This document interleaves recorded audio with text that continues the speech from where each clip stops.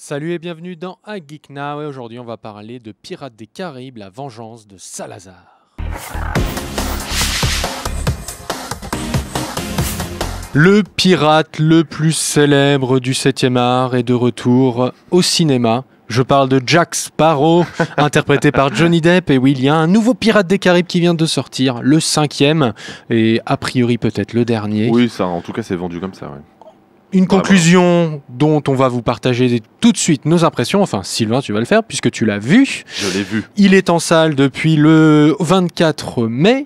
C'est ça. Et on se demande si cette conclusion aux aventures du capitaine Jack Sparrow valent le coup ou pas. Mais avant cela, est-ce que tu peux peut-être nous présenter un peu le contexte de ce 5e épisode? Ah, j'aime pas résumer les films. Non, tu ne résumes pas, attention. Hein. Il y aura peut-être des coupures, parce que je me serais loupé. Alors, en gros, on reprend, je pense, quelques années, j'imagine, après le 4e épisode de La Fontaine de Jouvence, alors que Jack Sparrow est avec son équipe de toujours, on va dire, qui fait son retour du coup pour ce 5e épisode. Ils veulent braquer une banque. Et en fait, ils vont faire la rencontre de Henry Turner, qui est le fils de Will Turner, qui était joué à l'époque par Orlando Bloom, qui fait son retour aussi dès le début du film. Henry Turner, il voudrait libérer son père qui est coincé en fait dans le Hollandais volant depuis le 3e épisode.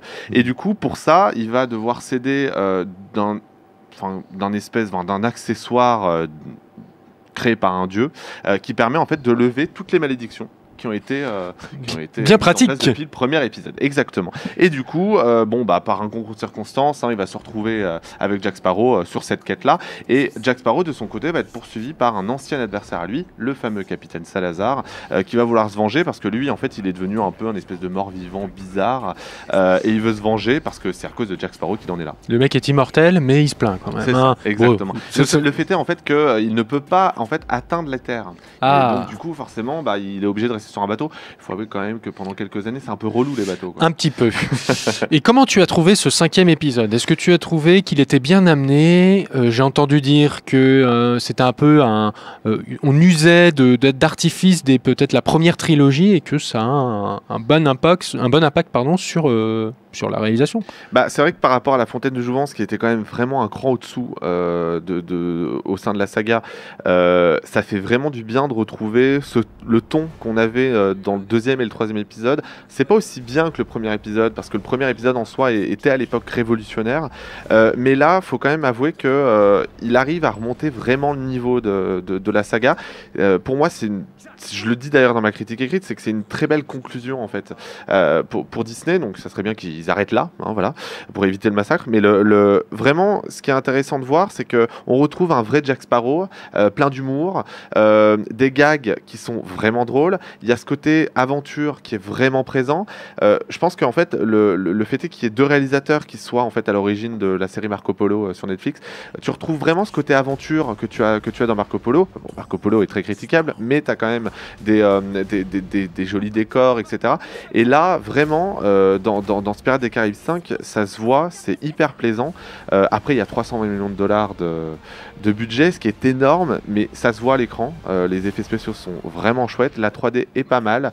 Globalement, c'est hyper plaisant à regarder. Ouais. Et le capitaine Jack Sparrow jeune aussi, qu'on a pu voir dans les bandes annonces. On le voit quasiment autant que dans la bande annonce. C'est un petit caméo, histoire de. C'est justement au moment où on apprend que Salazar veut se venger. C'est sympa, mais franchement, bon, voilà, c'est vite fait, quoi. Mais c'est impressionnant quand même. C'est un peu facile maintenant, c'est un peu le truc qu'on met dans tous les films. On l'a eu dans Star Wars. À un moment donné, je me suis demandé s'il n'y avait pas Princesse Leia à la fin. Allez, on espère. Et à la fin, une petite conclusion. Allez, on y va vers un nouvel espoir. Ça serait une conclusion géniale, un crossover. Exactement. Disney, si tu nous entends, s'il te plaît, fais que ce crossover voit le jour. Niveau casting, est-ce que on arrive à la hauteur des premiers épisodes? Tu disais qu'il y avait le retour de Orlando Bloom. Voilà, alors Orlando Bloom, il apparaît très peu. C'est vraiment, alors pas autant que le caméo de Johnny Depp jeune, mais il apparaît, on va dire, je sais pas, à peu près une quinzaine de minutes en tout et pour tout sur 2h05 de film. C'est juste histoire en fait de faire vibrer le petit cœur des fans. Il y avait une petite surprise à la fin qui fera forcément plaisir aux fans. En fait, je pense que à côté, ils ont quand même voulu, comme La Fontaine de Jouvence, compenser l'absence en quelque sorte de Orlando Bloom et Keira Knightley. C'est avec, j'ai oublié les noms, donc on va le voir tout de suite. C'est Callas Scodelario et Brenton Thwaites. Oui, c'est ça, Thwaites. Alors, le problème, c'est que comme les deux nouveaux personnages de La Fontaine de Jouvence, ils sont complètement inutiles. C'est même assez ridicule.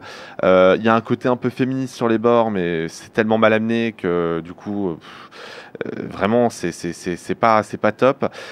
Donc, clairement, il y a une vraie faiblesse du côté de ces deux personnages. Cela étant, il y a quand même de belles surprises, notamment Javier Bardem qui joue le capitaine Salazar.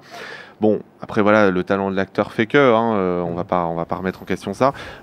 Clairement, c'est probablement un des meilleurs méchants de la saga. Il fait peur vraiment. Il est vraiment diabolique. Tu vois, c'est pas un méchant qui va se dire oh bah non finalement pas trop. Tu vois, comme le capitaine Barbossa par exemple, qui fait aussi son retour, Geoffrey Rush dans ce 5e film.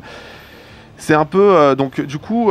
À la fois, il y a les deux secondaires qui sont pas terribles, qu'on voit juste à ta droite, mais qui sont complètement inutiles et relous. Par contre, Javier Bardem est excellent et Johnny Depp, bon bah voilà quoi, c'est Johnny Depp. Donc, et t'as l'impression qu'il est beaucoup plus libre de ses mouvements dans ce 5e film. Donc, parce que moi j'avais l'impression un peu dans La Fontaine de Jouvence, il était déjà une caricature d'un pirate, et là il était la caricature de Jack Sparrow qui se caricature. Là beaucoup moins. Alors t'as toujours évidemment ce côté-là, parce que tu vois qu'un peu son état empire au fur et à mesure, mais un petit peu moins, c'est moins exagéré. Il y a un vrai côté héroïque du côté de Jack Sparrow.